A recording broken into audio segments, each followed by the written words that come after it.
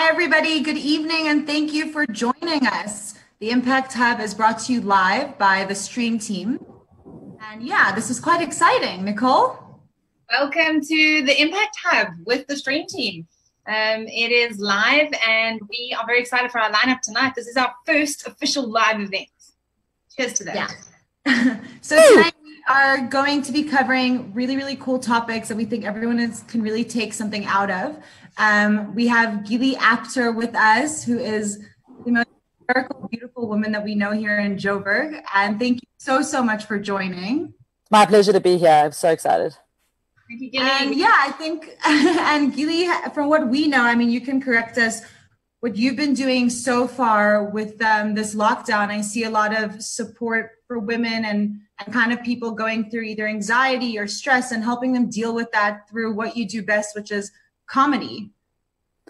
Yeah, well, I mean, I am in the position now where, I mean, that's a very nice way to put it. It makes me sound very philanthropic, but to be honest, like, it's just what I love doing. And so I'm actually putting out videos daily for an organization that have employed me to do it.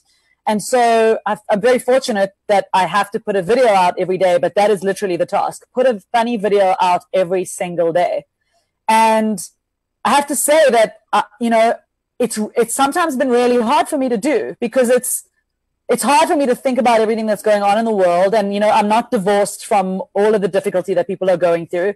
And so sometimes while I'm making a funny video, I actually have to stop and be like, okay, just because it's, when you are in that frame of mind that everybody is in, it's hard for me to just break away from that and be like, okay, you got to be funny now, but I try.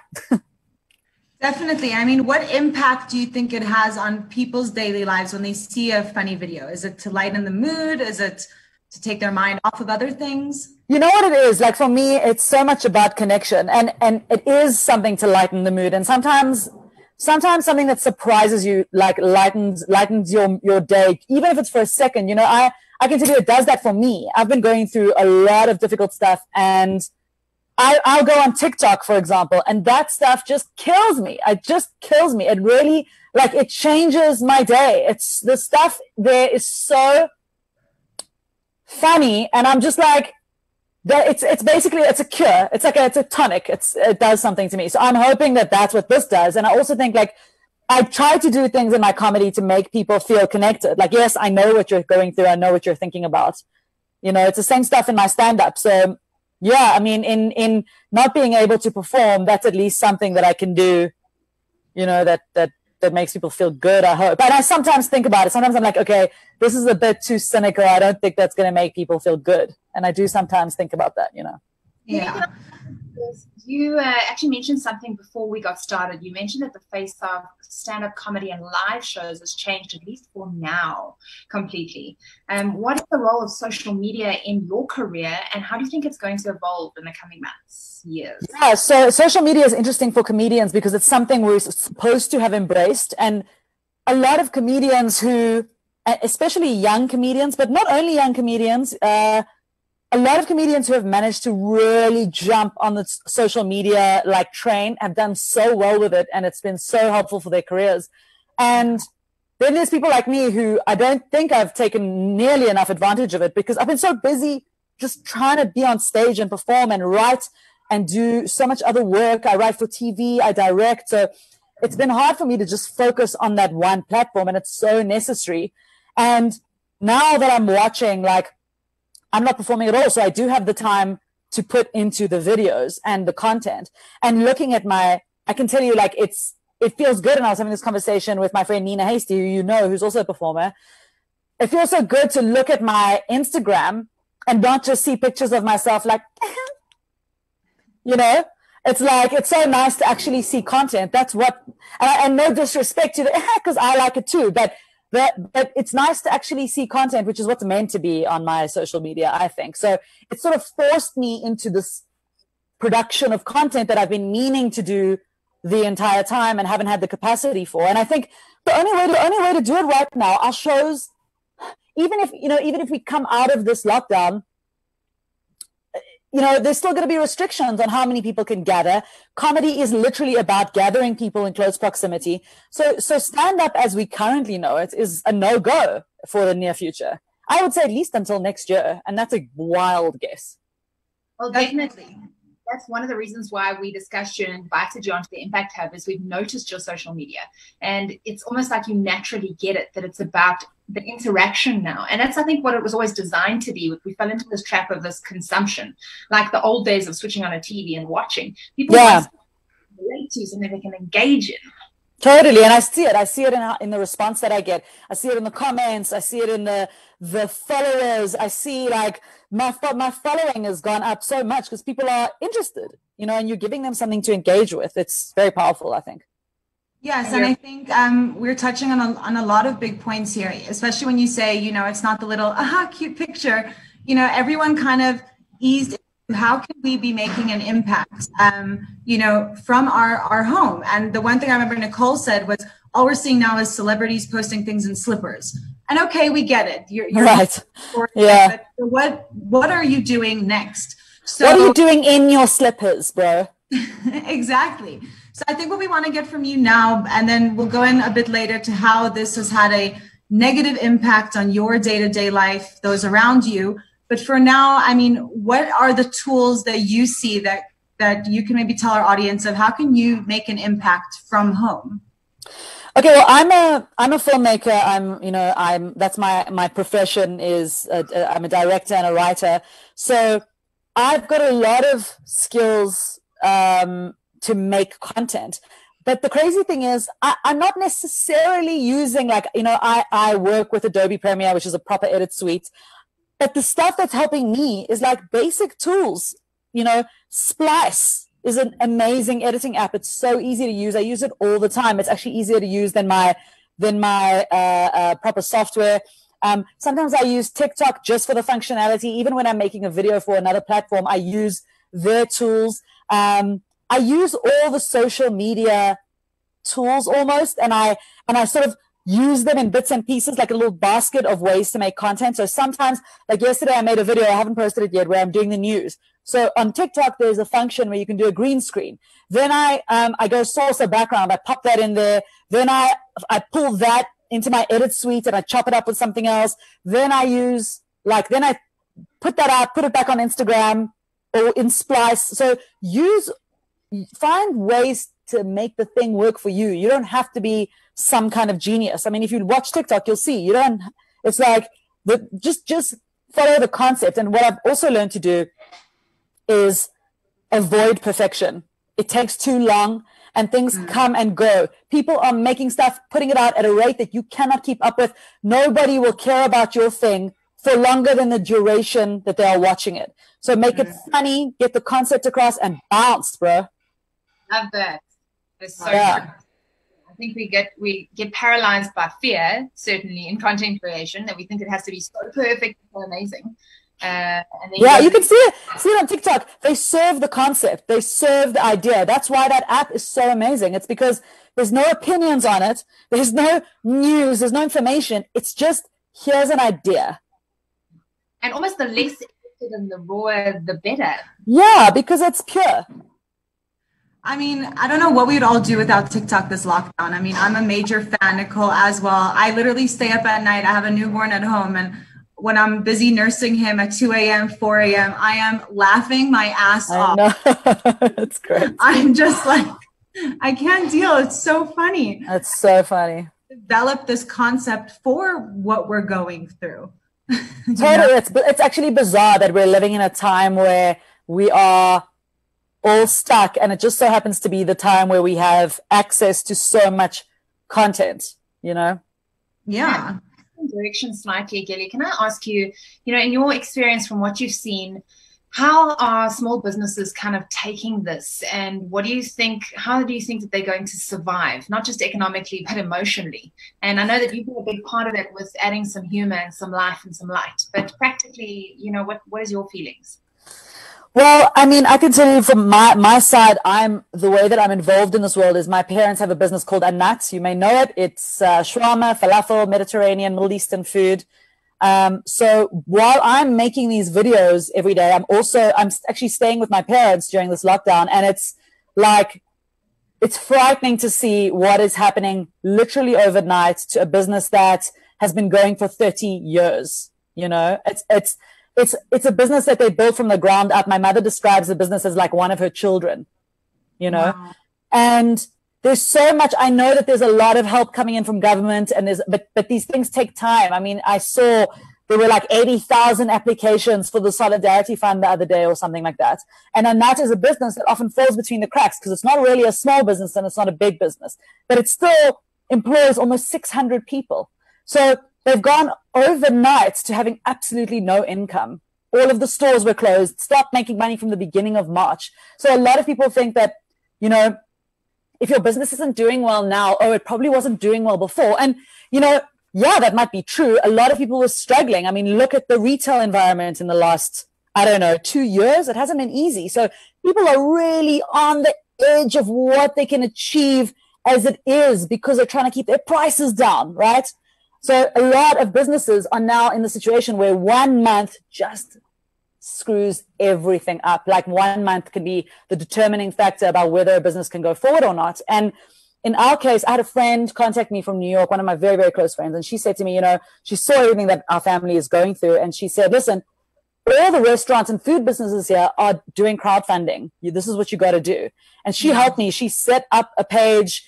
We made a video. My mother did a whole video in our kitchen here. Like, we cut it up. We put it online. We started a crowdfunding page on GoFundMe. And you know what? She was the one who told me, and this is something that I think is so meaningful. She said to me, Gilli, you know, people don't know that a nut is going through all this stuff, like the person and the business. They don't know. They look at a business, they think, oh, that's like any other business. They'll be fine, you know, or, you know, like a Nando's or whatever it is. And it's just not the case. Like businesses that are family businesses that don't have major investors or backers can just fall from 1 month to the next. So she was like, now is the time to ask for help. You have to ask. You know, you're in this position. You know, not, you know, some people are doing well, some people are doing terribly. And if you're doing well, great, you can give. Unfortunately, some of us are in the position where we have to ask for help. You know, I know my mother would love to be in a position where she could be one of the companies that are helping, but they're just not in that position. They're in the position where they have to ask for help. And so that's what we're doing. So how can our viewers and people watching, and obviously we are going to, you know, discuss this more, especially in the hospitality industry, which our next speaker is also quite involved in, also knows what it is to take a massive hit, salaries that are not paid, and, you know, you're not getting the income, but then is it fair to let everyone else go because you can't pay them? And, you know, there really is no win-win situation here. No, I mean, yeah, absolutely. In our case, so in our case, like, there's a head office and a bakeries and kitchen, a central kitchen that have 250 staff members, and they can't pay them because literally all of the money that comes in from stores and from customers and from franchise fees and everything just did not come in. They stopped making money at the beginning of March because of all of this, you know? So no income means there is literally nowhere to get the money from. So there's a number of things that people can do. Obviously, they've reached out to UIF. They've reached out to the DTI for funding. These things take time. The thing that we're doing is we set up a GoFundMe page, and it's a nut apostrophe S, because we didn't want people to think that it's a tricky thing when your name is the same as your business. So it's like, help save a nut. We don't want people to think that, you know, my mother is ill or something like that. So we put an apostrophe on there so that we know, you know, it's a business. But I think this is the way to go. We really, really believe that a community can save a business. You know what I mean? If you've ever eaten a shawarma, you know, you can put in the money that you would have eaten a shawarma for. People think that their contribution doesn't make a difference, but that's what crowdfunding is all about. It's not about, can I contribute, you know, $100 or $1,000? It's like, can you contribute $10, $8, $5 or whatever it is? You know, and I think that's the whole thing. You know, my friend really got me into the setting of like, reach out to your community, and your community can mean, you know, the people closest to you. It can mean family. It can mean the community of a business. You know, I mean, I'll tell you this, every bro out there who has ever told me that they want to bust a nut, I expect at least $100 from you. Right. Just for having to endure that joke. Thank you. Gilli, would you say that what you're doing essentially is you're giving back to the community as a comedian? You're giving back some light and some joy on your platforms.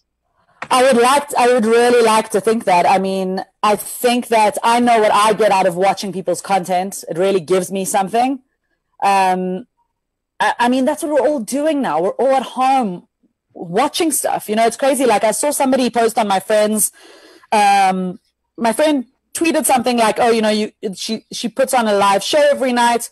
You know, you can go to this link and donate. And somebody said, oh, you know, musicians are doing this stuff for free. Why aren't comedians?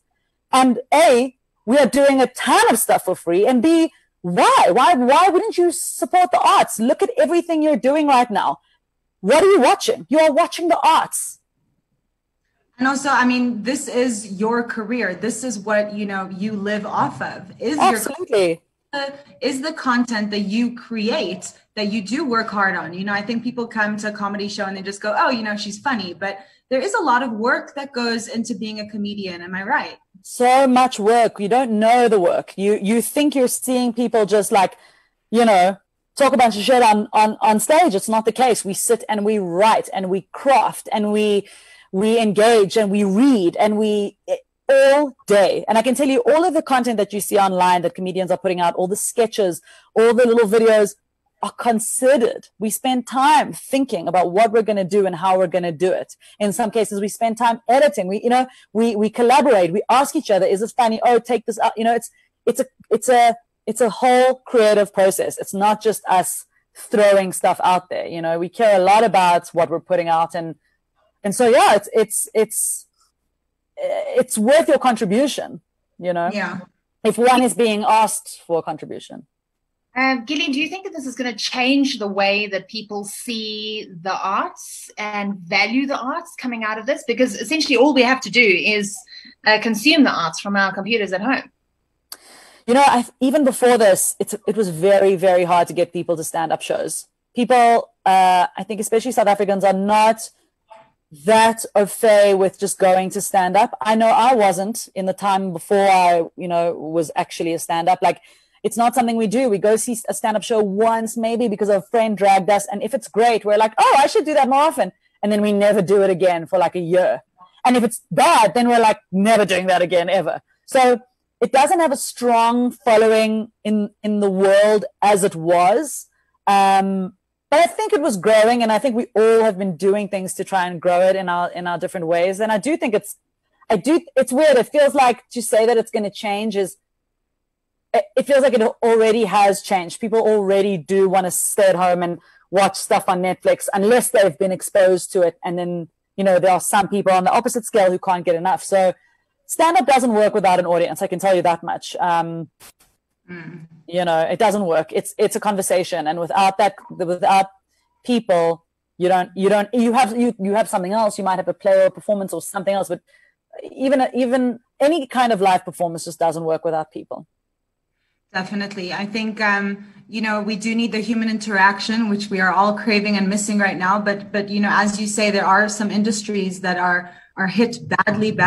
And we must all play our part in to see how we can support it. I loved what you said that, you know, people usually say, can you contribute and, you know, help us with these funds? And I think automatically people go, why do they think I have so much money now? But don't you have money to buy the shawarma you would usually buy? Don't you? That, you know, even the bottle of Coke you would want to buy, if that money can just go somewhere, it does make a massive impact. And this is what the discussion is about tonight, is how can we make an impact from our home, either for our business or to support other small businesses. Totally. And if you think about it, like, I totally understand what position people are in right now. And so, yes, there are people who cannot spare 20 Rand. I totally get that. But then you're not, then don't, you know, that's not what's being requested. I know that even in my position, I've managed to give something wherever I can, to funds, to give food, to food packages, whatever it is. I've tried to help and do that. But, you know, in whatever measure you can. And I think it's also an important thing to mention that, so we've started this GoFundMe campaign for our nuts, but a lot of people are like, oh, why don't you reach out to government? Why don't you do this or that? Yes, we are doing that. But we're also reaching out to our resources so that we don't all have to reach out to the same resources. Let's use our communities. You know, if I can get a couple of R100 from thousands of people, and I don't tap into that government fund, how great is that? You know, let's spread the help, basically, is what I'm saying. Definitely. And especially if it's something that you support and you love. If you loved eating a shawarma or falafel, you know, like, that's something you want around. This is a business that is so unique. You can get, I mean, with respect to all of my beloved takeaway brands, you can get another pizza. You can get another burger. If our nuts goes, you cannot get another shawarma so easily. You just can't. Being an Israeli myself, and I'm very picky about my shawarma and my falafel. It is really, really good. And I didn't know. I mean, you know, I know what the name, and I always assumed it was a family-owned business. But, you know, for me, this is such a story and really does touch my heart. Even me just seeing Anat is a bit of a taste from home so far away. Yeah. And I think it does bring that warmth and comfort to a lot of people. And you're right, you cannot get that anywhere else. So, okay, so I just want to... And that's what we think about, you know, like, in an environment like this, which is such a disaster, where so many businesses are going through this, you got to think about those businesses that are unique to our landscape, where you don't get that same offering. You know, if we, and what's going to happen is all the smaller businesses are the ones that are going to be affected, the ones that are going to close down, and all we're going to be left with is the generic. So let's try and help the businesses that we know we want to support, like our favorite restaurants. I know I'm going to do that. Our favorite restaurants, our favorite coffee shops, support those guys, because that's the thing that your daily life is comprised of, you know? Definitely. And I think, as you said, everyone can contribute. And if you don't have the money, you can contribute by giving someone something that maybe you're not using anymore, but even just spreading the word, you know? Exactly. Sharing doesn't cost you a cent. Exactly. Sharing doesn't cost you a cent, and you never know who from your followers or your reach that maybe you couldn't get access to and your mom couldn't get access to. But by someone just clicking that share or just mentioning it to other people, it can touch someone else and they can help. Exactly. I've had a journalist contact me on Twitter and go, oh, you know, I really love this brand. Let me talk to your mom on ENCA. She did that today. So it's like, yeah, absolutely. Do you have a contact that can get our story out? Do you have a resource of some kind? My friend Nina knows a lot of people in press. She's helping me. My friend in New York started the GoFundMe campaign because she was trying to help, you know? So definitely. In kind of wrapping this up, can I ask you, do you think that this global crisis, which is kind of like, and without being dramatic, it's a bit like a war. It's such a massive crisis that the whole world has stopped. Do you think that it's separated people or brought us closer together? I think that if it depends on the person, you know what I mean? If you're a person who wants to be connected to other people, it probably has brought you closer to people. I know I've had more video calls. I've been on the phone more. Sometimes my battery dies halfway through my day. What the hell? Look at this. It's been 10 minutes. So I think if you want to connect, you connect. And if you don't, it probably isolates you even more. Good answer. Gilli, it's been amazing having you. Really Thank you so much for having me. It's been so incredible. Thank you so much for those following, listening, wanting to ask questions for Gilli. You guys, and correct me if I'm wrong, on Instagram, she's it's Gilli Gog, hey? It's Gillog, Gillog. Okay, so that is Gillog. We will put up the handles when we post this as well, and on all our pages. And then also she has an Instagram page, which is Gilli Apter Comedy. And it's a Facebook page. And it'll be super cool to just tap in there and see how maybe you guys could spread some laughter in your homes and your environment. I think it makes a massive difference. All my sketches and comedy stuff, a lot of it is on Instagram. So go there, watch, share, enjoy, have a good time. Well, we love you, and we can't actually wait to get you back up on a stage with us, just to kind of endure through this time to get back up there, because you are one incredible human being. Thank you. I love what you guys are doing. Thank you so much for having me. Thanks, Gilli. Bye. Hi, gorgeous girl. Say hi to Maps. We will. That is, yeah, so that is who is up next. Geez, Nicole, how are you feeling? Well, you caught me mid-pretzel, but I am snacked up and ready for the next segment. I have actually watched Maps' career from a distance, for a good few years now with admiration and respect, because he's somebody that literally speaks, you know, walks the talk. He lives with authenticity, and he has a very clear vision for what he wants. And I'm very excited to hear what his thoughts are going through this time, because yeah, it is a very uncertain time to still have that kind of level of vision and clarity for the future. So we will see. I'm going to give you guys a bit of an intro for those of you who are watching online while we wait to get him with us. Oh, here he is. I'm not going to intro him with him watching, but if you don't know who Maps is, then yes, shame on you. Maps just turned 30, guys. Happy birthday. He's created quite an incredible career and reputation for himself, and we're very excited to have him on the Impact Hub. Yay! Hi. Hey. Welcome. Has such a good background. I'm so glad. I was hoping it all would be okay for what you're doing, especially with how dark it's all of a sudden gotten with this storm that's happening in Joburg. Oh gosh. I'm not gonna lie. We are feeling, yeah. At least we have lighting. Both Tehilah and I have desk lamps to illuminate us in the dark time. Yeah. And a belated happy birthday from us and everyone at the Impact Hub. Thank you very much. It's just taking a little bit of adjustment. I'm still trying to figure out whether it's really happened, because it's happened at such an odd time, right? And you never really know what to do as well, especially now with getting hand sanitizer as a gift. So it's it's different times. You can barely celebrate, but managed to have a dinner with some family and friends just before we went into lockdown. I say just before, it was about 2 weeks before, a week and a half before. But everyone else that's kind of like come after me has really just been it's just been another day, right? So it's a completely different times that we're working with. Well, Definitely. And a whole new take on soap on a rope for a birthday gift. Yes. Maps, thank you. Thanks again for joining us in this conversation. We're just kind of, going over some of the basics that's happening right now that we think people maybe aren't discussing so upfront, and are massive maybe issues that's going through with this lockdown. And I think, the two main things are, how do we make an impact from where we are today, which we did touch briefly with Gilli now, but also how does this have effect on your business, which we know, and how do we overcome the fear that we're all feeling? I think mainly it's a fear of unknown. We don't know when this is going to end, how long the impact is going to be negatively on our business and on our day-to-day lives. So how are you coping with this, with not really knowing?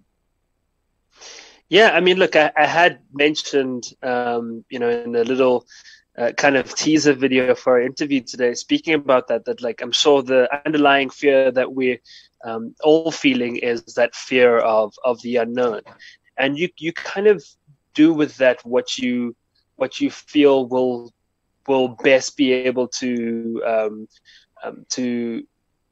I guess empower you to deal with it. So is it something that is going to make you crumble and lose it all together? Is it something that's going to push you to dig a little bit deeper to figure out what is going to be necessary for you to be rid of this fear? Is it something that's going to make you innovate? Is it something that's going to make you figure out how you can improve your skill set so that you can, I guess, not be someone that is possibly going to be obsolete from after all of this, be it in your business or having your own business or being an employee. And then I also had mentioned, or just from losing your mind. So it's something that's necessary to feel. It's something that's necessary to sit in, and it's something to try and grapple and understand, and not put too much pressure on yourself in that mental state to have to find all the solutions immediately, but really walk through it with I guess as much rationality for you to be able to know exactly how you can approach this, taking one bite at a time to eventually figure out this big plan for yourself. If you're just going to, I guess, sit around and not do a single thing and just assume and hope that everything will go back to normal, well, unfortunately, it's more than likely is definitely not going back to normal. We're returning to times that are going to be very, very interesting in a sense of how we used to do things, how we used to really socialize. And it's so tricky in the context of South African people because we're such tactile, physical people that enjoy spaces together and enjoy embracing people and enjoy being as social as possible to find fulfillment in our daily lives in one way or another, or in some way or another. And so to think that the real social aspect is more than likely going to be the last thing that goes back to normal. So any companies or businesses or types of environments that require high social interaction is going to be, are going to be the ones that kind of lag as the economy restarts over time. When it does, we don't know when that will be once again. It's going to take some adjustment. And I heard Gilli saying that. I have a question.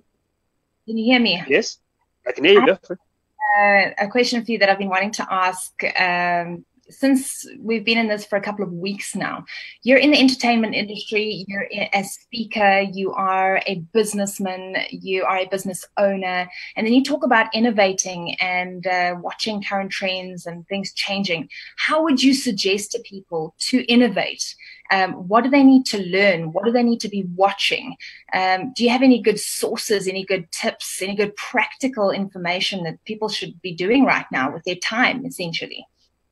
I think that's one of the things that's also so tricky about this time, because it, for a lot of people, has turned into something that, is a big productivity contest, but that can also do more damage than good.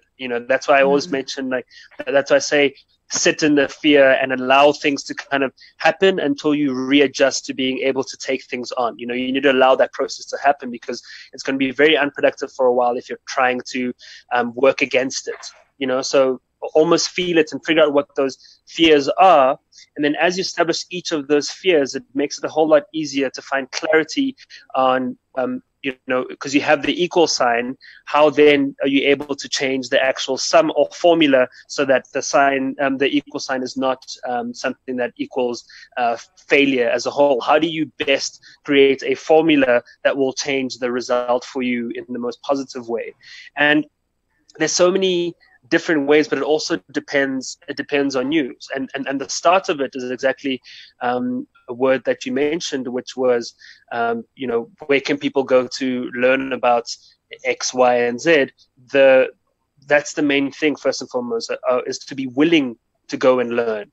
I think the willingness to start off with will allow you to go out and find as many possible places that you can go to try and get greater expertise, gain greater skills, find out what people are doing, read those articles and see how people are mitigating their struggles within the current situation that we lie in, and see what they're doing to adapt and adjust and innovate. I find a lot of entrepreneurial businesses, or a lot of entrepreneurs as a whole, start to really go down or struggle or get towards failing when they struggle to let go of the way that they're used to doing things, and that being the only way, and not allowing themselves to figure out different ways that are more adjustable and adaptable to the zeitgeist, to the times that we live in. And that's going to be so important to know. So, if I think of my restaurant, it's a restaurant. People all come together to eat, and there's lots of social interaction, and there's lots of things being touched before you get your food.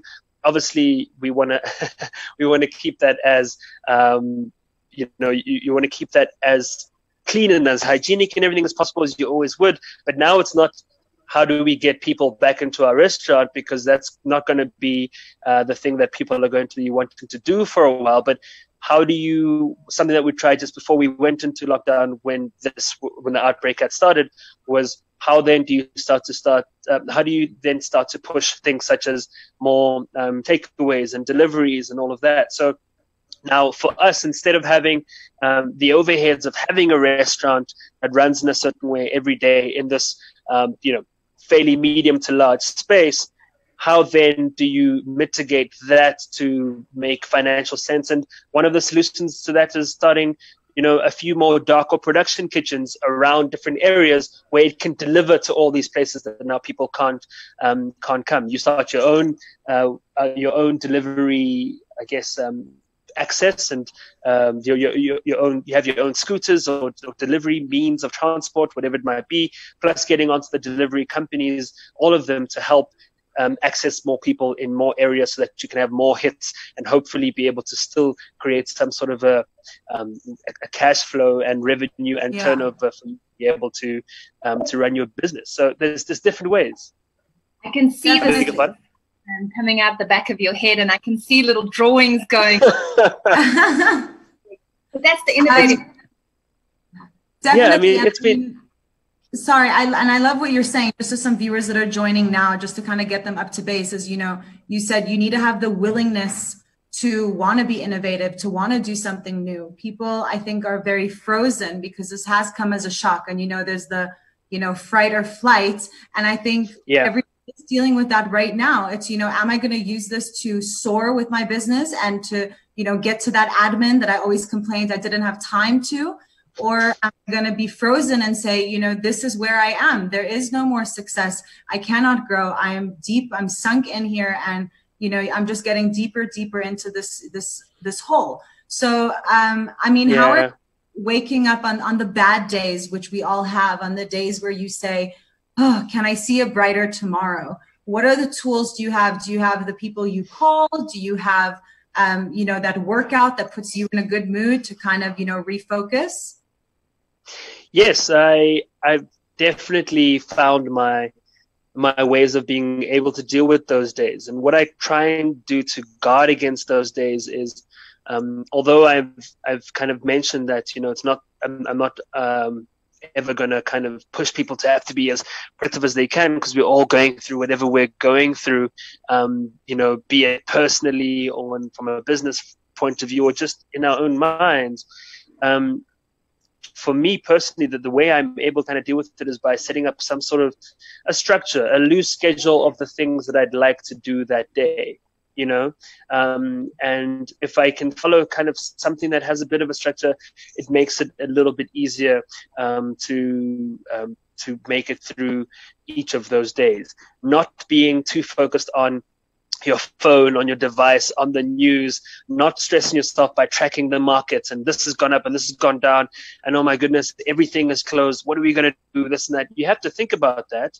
And it's important to also learn those things so that you are able to then, learn from other people's challenges that they're having in their companies and how they're solving those to see how you can adapt them to your life and to your businesses. But whenever I have those down days, it's how do I try and get some meditation in? How do I try to get some workouts in?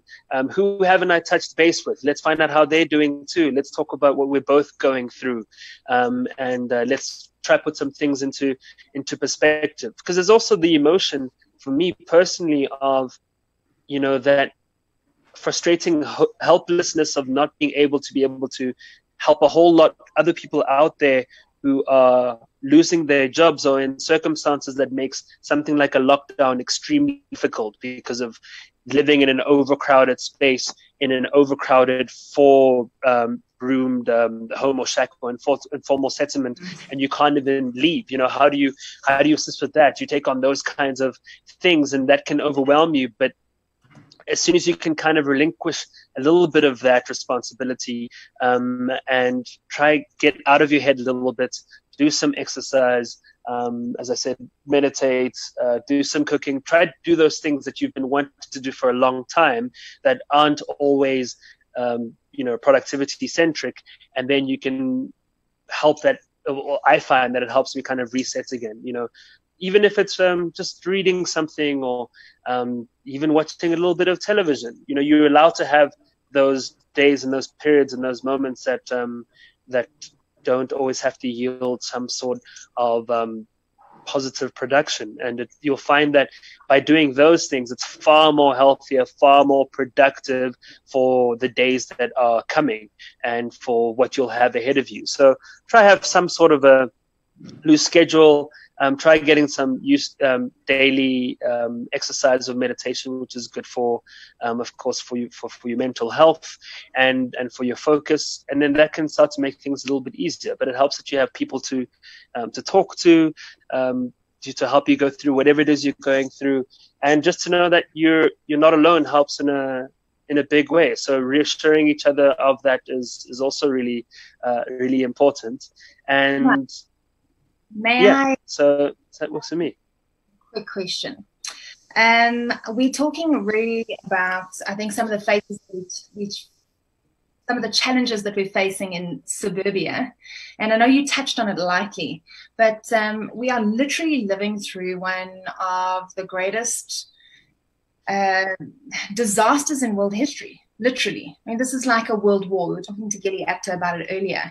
And that creates an overwhelming sense of anxiety and fear. And I think that's why we chose the topic, the power of fear. Do you have, is fear bad? Is fear bad, and how do we start to change the way we think about fear? Because I know I even heard it in your teaser clip that you sent us, which I loved. It's kind of this approach, and you said it earlier, sitting in fear. And that we don't have this picture perfect, happy life all the time. And sometimes these kind of darker thoughts and focuses and perspectives can be healthy.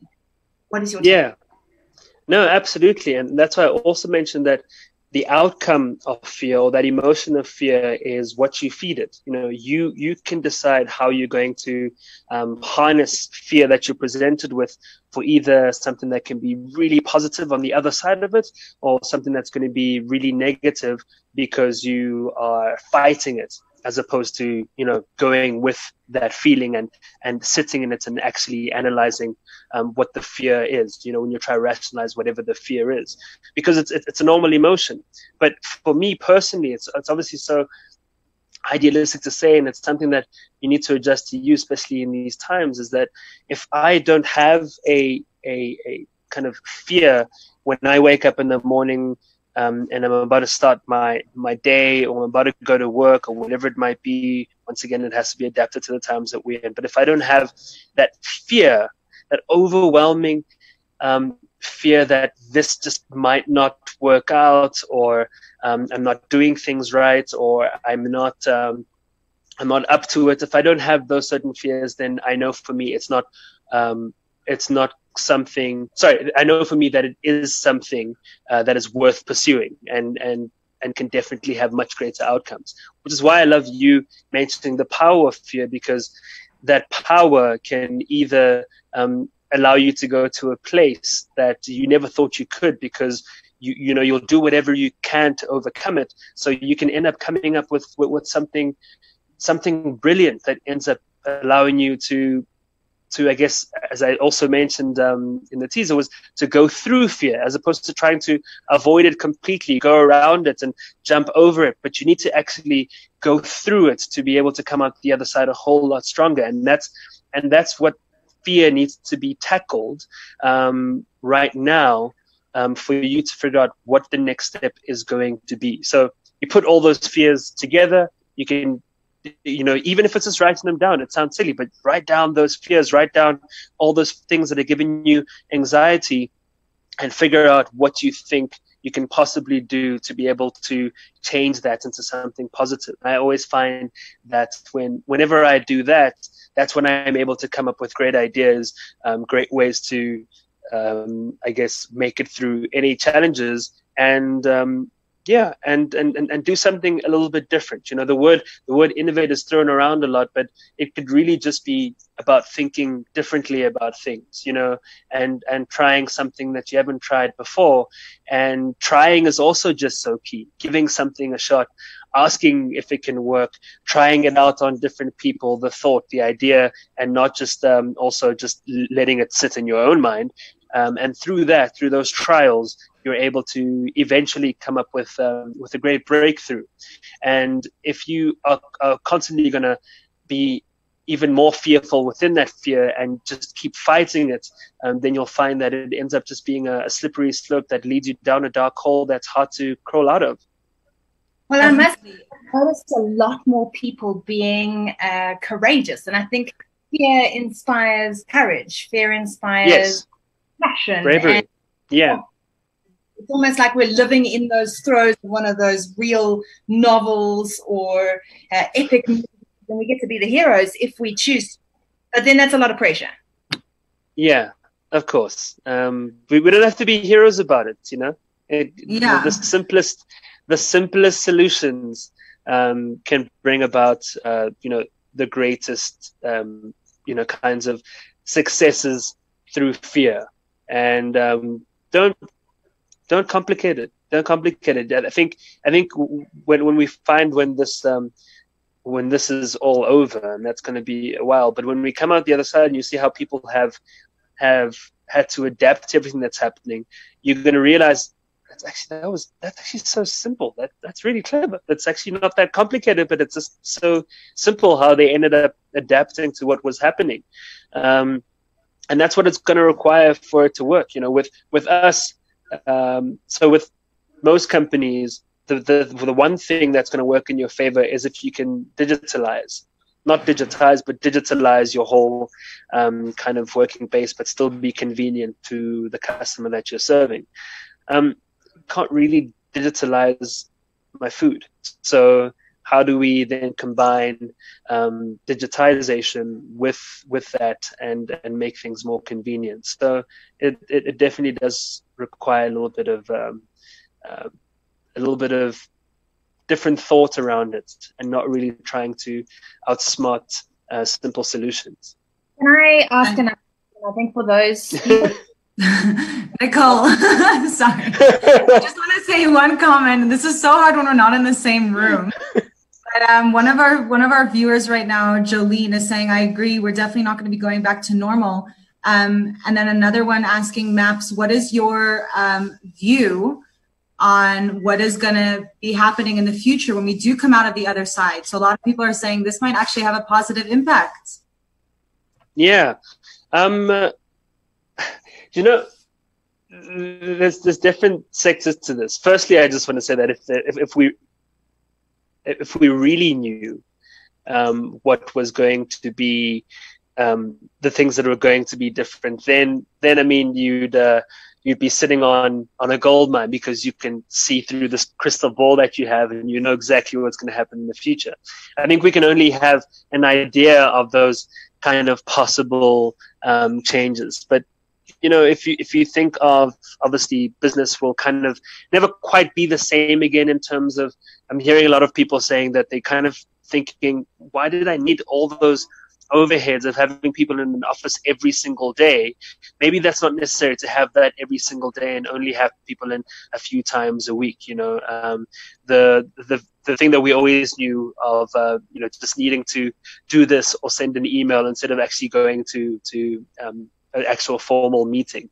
Get people to save on transport costs as a result of that. Then there's kind of on the emotional front, one of the things that I'm hoping would be different afterwards would hopefully be a little bit more empathy as a result. I find that, there's been a lot more compassion and kindness needed, because we're all going through this mess, and it's going to be needed a whole lot more afterwards, because people will find out after the COVID crisis that we're going through right now that they've all, many obviously would have lost their jobs. The economy is expecting literally, hundreds of thousands of jobs to be lost, which will absolutely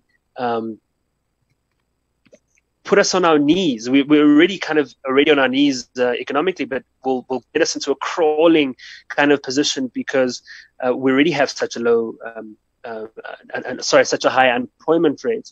So now it's only just going to get worse. Plus, we have all our downgrades from Moody's and Fitch and Poor. So we're already struggling with that. But again, so is everyone else. So it might not be as finite as that, but people are going to really really struggle. So we're going to need that compassion and kindness to see how we can try hang on to jobs as much as possible, and rather be cutting people's salaries across the board and keeping more people employed, as opposed to just letting go of people, but keeping people paid at the same sector. So also if you're in the industry of needing to rent out big spaces, you're going to also need to understand people's challenges with that, and how do you lower your rates to understand that, because the difficulty is that the thing we all have to understand is that everyone's kind of panicking, so everyone wants to hang on to business, so everyone needs to be willing to understand and be reasonable because of what we're all going through. So don't take too long to say, listen, this is what's happening, this is what we're going to need, is this possible, are you on board,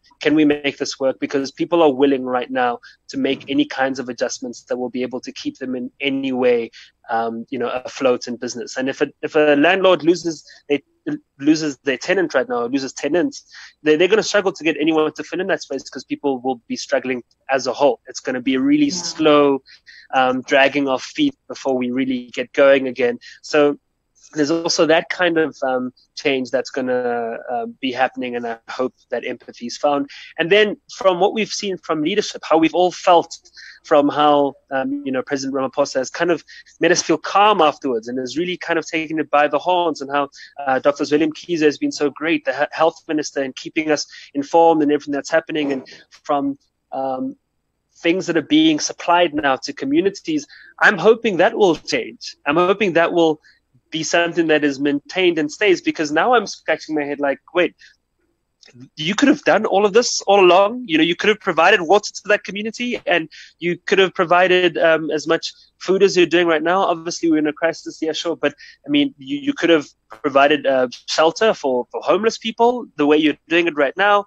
You could have done all these things, and it's taken a crisis for us to really show that really is possible. And they've taken pay cuts as well. And I'm really hoping that what will also change will be continued show of positive leadership. Obviously, there's been a lot of negative leadership too as a result, but I think that makes up a small size of all the positive in what leadership has done and government has done to show that they're up to the task.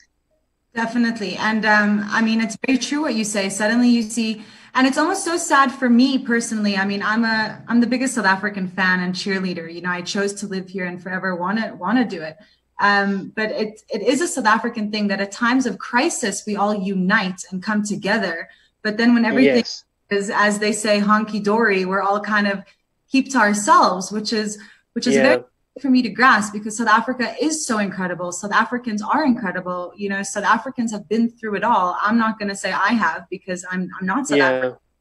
From what I've seen, and then with times of crisis, I mean, if you compare us to the other countries, I'm one who is kind of in a healthy way glued to the news daily. We have flattened we have come together to work together. And we've been led by a great president who has, in my opinion, definitely done and made the correct decision. So, I mean, definitely, 100% with that. I do hope that all of this can be maintained. And Nicole as well, we've had these discussions. And yeah, I just want to take it back. I know we did discuss, I'm just taking up some viewers' questions. So Samantha and Shur are asking, basically they're saying that they do struggle. They hear what you're saying with try to have a routine in a day, but how do you kind of hold yourself accountable to doing those things and setting those tasks and goals for you in that day? It's very easy to procrastinate at times, which leads to guilt and then self-pity. What is your... Yeah, I mean, it's that's 100% true. I know exactly what they're referring to. What did you say with Sam? Yeah, Samantha, yeah. Yeah. I know exactly what Samantha would be referring to, because I also came into this lockdown thinking, I want to do this and do this and do this and read all these books and get all of this done. But then you get sucked into, of course, you still have to do some work if you can remotely from home. You get kind of lost by the freedom of just being able to go to your fridge quite often, to cook quite often, exercise if you can just kind of like fit it in. You take that gap, lie in your you lie in your bed, have a quick nap, whatever it is. All those things are so difficult and distracting. So what I've tried to do while allowing that to happen, if it's really overwhelming, I've allowed that to happen. Otherwise, it's going to be counterproductive if I'm forcing work when nothing is happening at all. Rather get in a quick nap and then try to do some work, is to try and approach things, as I would with work. So Samantha has a call, a work call, actually trying to get in that mental state of how she would have looked at work. I'm not saying put on heels and everything, but be kind of like presentable for that, so that it can kind of already do that small thing to get your mind set and ready for it. Still have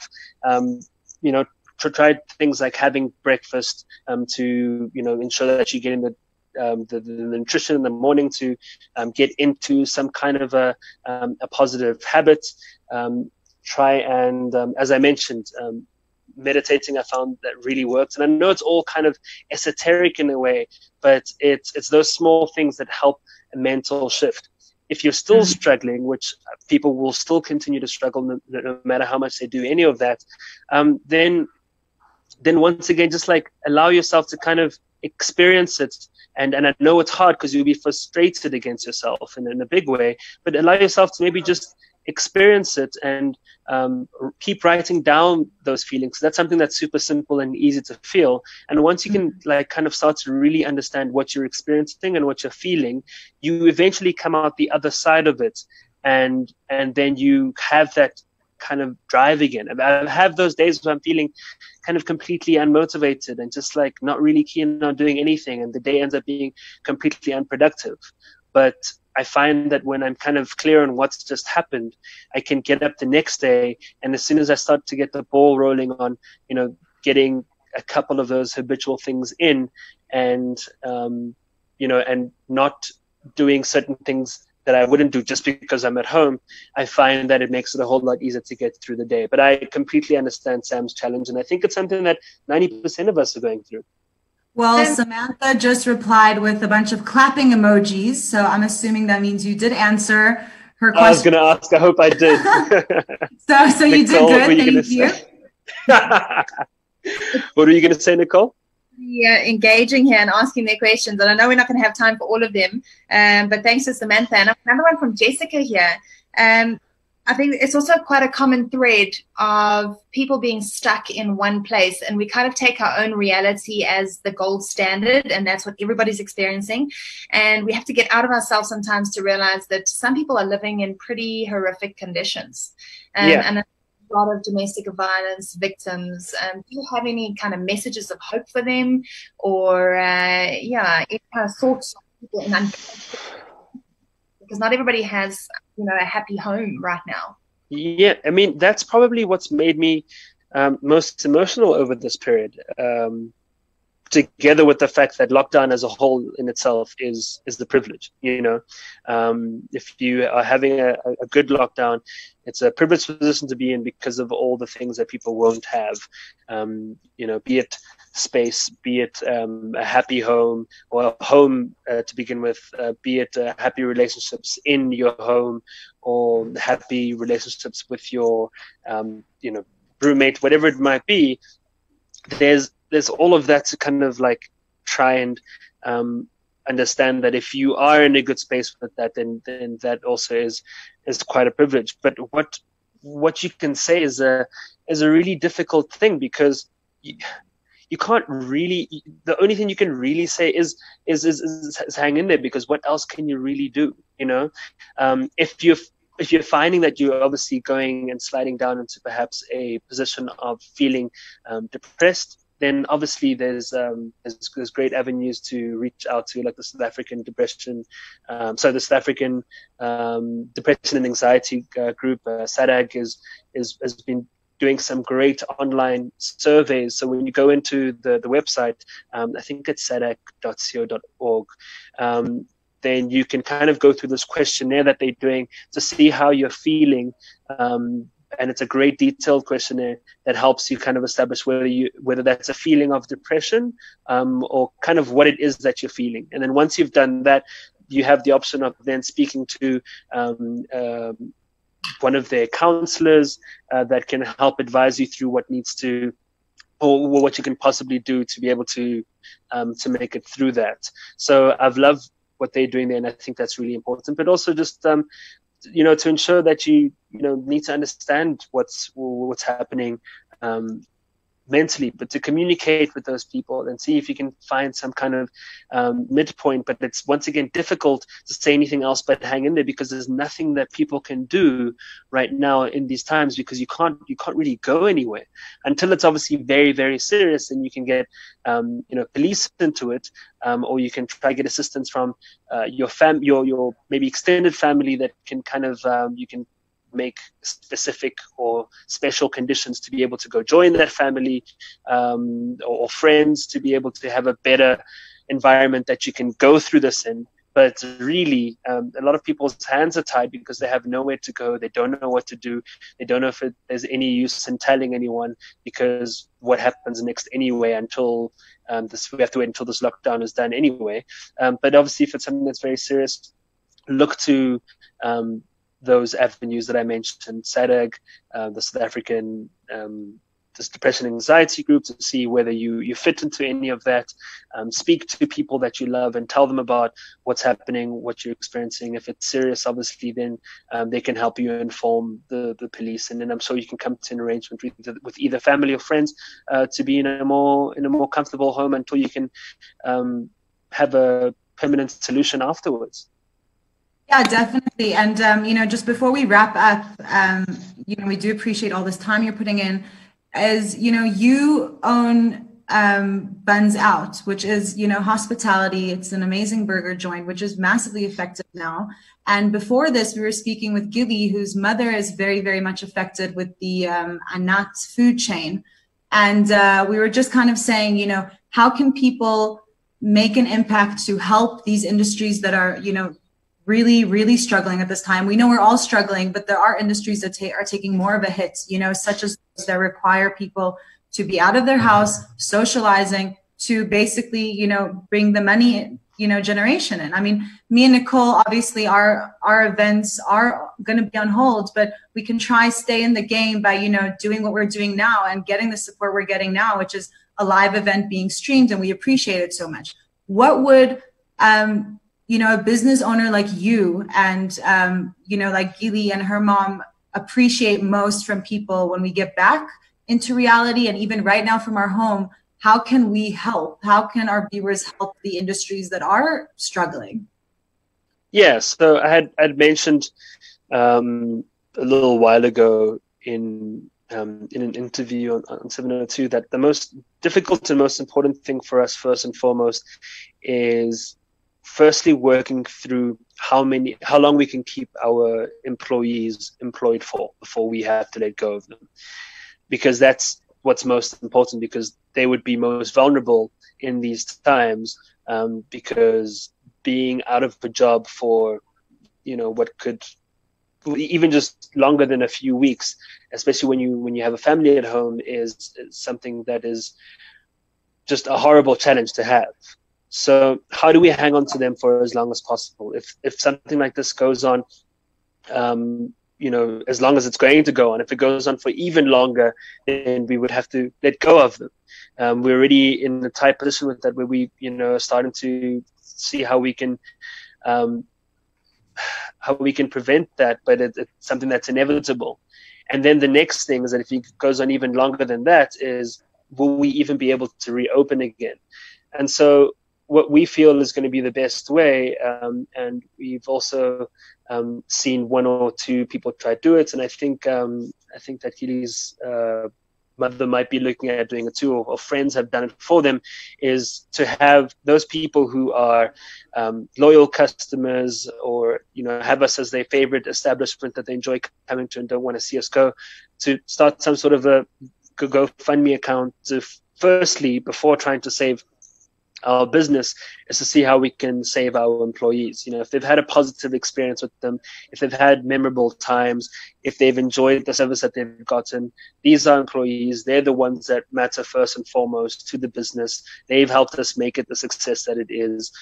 Not me, not my partner, who's one of my best mates from school, but it's them, and we can't do it without them. So how do we look after them first and foremost? And then if we're able to do that, then we have a much longer runway to hopefully keep our business open. There. Am I still stuck? No. Am I good now? Yeah. So we then will have a longer runway to be able to keep our business as a whole open. So yeah, so that's kind of the one of the solutions that we're looking at, the possible solutions, and we'll hopefully people will be willing to, you know, to support that and see what they can do. I myself am just trying to see how I can directly impact and support people who need the help the most during this crisis. And we're also trying to do something as Buns Out for those people. And, we're just hoping by trying to raise as much attention around that, we'll have enough good karma in the end that will keep us open. But it's definitely going to be a real challenge.